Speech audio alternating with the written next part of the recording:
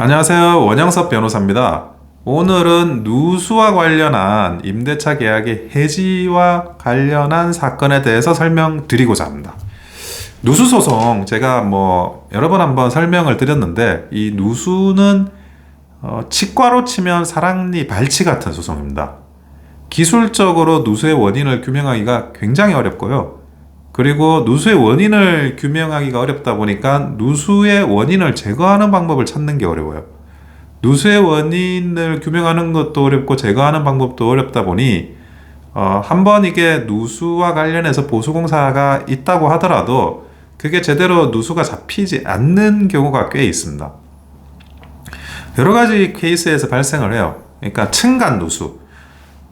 분명히 이제 아래층에서 위층의 천장 부분이나 아니면 천장과 벽에 중복되는 모서리 부분에서, 천장 모서리 부분에서 이제 누수가 발생하는 경우, 그리고 그 창문이나 아니면 현관문 이쪽에서 지금 누수가 발생하는 경우도 있고, 여러 가지 경우가 있을 수 있습니다. 그러니까 대표적으로는 우수냐 아니면 상하수도 누수냐, 요 부분이거든요. 빗물이 지붕이나 옥상 그리고 벽을 타고 내려와 가지고 들어오는 케이스, 이게 우수에 의한 누수입니다. 두 번째로는 이제 상하수도 어딘가에서 배관이 터진 거예요. 배관이 터졌으면 그게 예를 들어 상수의 배관이 터진 누수가 있을 수 있고 하수의 배관이 터진 누수가 있을 수 있습니다. 그 케이스마다 이제 조금 복잡한데요. 오늘 제가 상담받은 사건은 이런 겁니다. 누수가 발생했는데 아파트에, 그 아파트와 관련해서 임차인이에요.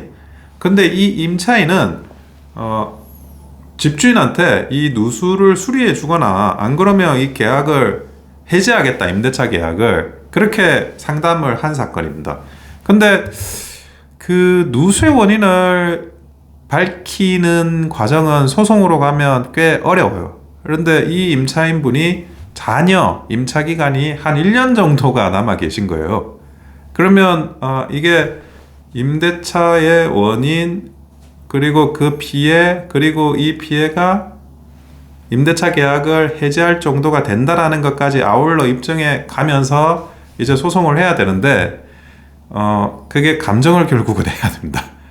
그 판단, 이 누수를 수인할 수 있느냐, 수인 범위를 넘어서는 누수냐를 판단하는 것은 결국에는 객관적인 제3자, 우리가 감정인이라고 부르는 사람의 감정을 통해서 확정을 할 수밖에 없거든요.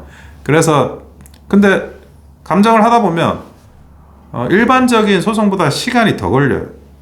예를 들어 내가 계약 해지다, 계약 조항을 어겼다, 이런 계약 해지 같은 경우에는 우리가 문서상에, 계약서상에 서류를 보는 거잖아요. 그러니까 그거와 관련해서 어떤 종류의 판단을 하게 되는 건데, 그게 아니라 누수 같은 경우는 일단 기술적으로 어느 정도가 되는지에 대한 감정을 해야 되다 보니까 감정인을 선정해서 감정인이 결과 낸 다음에 그 감정인의 결과를 법원까지 회신하는데 이게 또 몇 달 걸리는 거예요.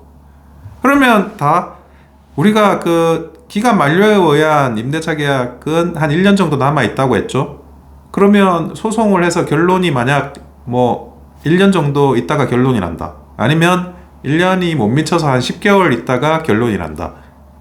그렇다 그러면 어떻게 되죠? 굳이 내가 소송을 하나, 소송을 안 하나, 누수 때문에 임대차 계약을 해지하나, 누수가 아니라 그냥 기간 만료로 해지하나, 이 동일해지죠. 실익이 없어지는 소송입니다. 그래서 완곡히 이게 의뢰인의 실익이 없을 것 같다라는 그런 말씀을 전해드렸습니다. 그래서 우리가 누수라고 할 때 근데 스트레스는 굉장히 많이 받아요. 집이라는 게 뭡니까? 집이라는 게 기본적으로 눈, 비, 바람을 막아줘야 되는 구조여야 하잖아요. 그런데 물이 새. 비를 못 맞아서 그런 건지 모르겠지만 어쨌든 물이 샌다라는 게 심리적인 스트레스를 굉장히 발생을 시키거든요. 그래서 이게 만약에 계속 재발이 가능하고 정말 기술적으로 서로 합의가 안 되고 그리고 이런 임대차가 1년 남은 상황이 아니라 위층 아래층 소유자들끼리 붙는 소유자 간의 다툼이라고 한다면 많이 소송화됩니다. 그럴 때는. 또 감정 상황이 굉장히 치열하게 부딪히기 때문에 기술적으로도 어렵지만 감정적으로도 어려운 소송이 돼요. 하지만 이번과 같은 임대차 기간이 1년 남은 상태에서 누수의 방지를 요구하는 임차인의 임대인에 대한 요구로 인한 소송 같은 경우에는 실익이 없어서 뭐 소송을 할 그런 문제는 아니라는 말씀을 정중하게 드렸습니다. 참 누수 어렵죠. 케이스마다 굉장히 어려워서 나중에도 또 새로운 상담이 있으면 상담 사례로서 제가 설명을 다시 한번 올리도록 하겠습니다. 이상 원영섭 변호사였습니다. 좋아요와 구독은 큰 힘이 됩니다. 감사합니다.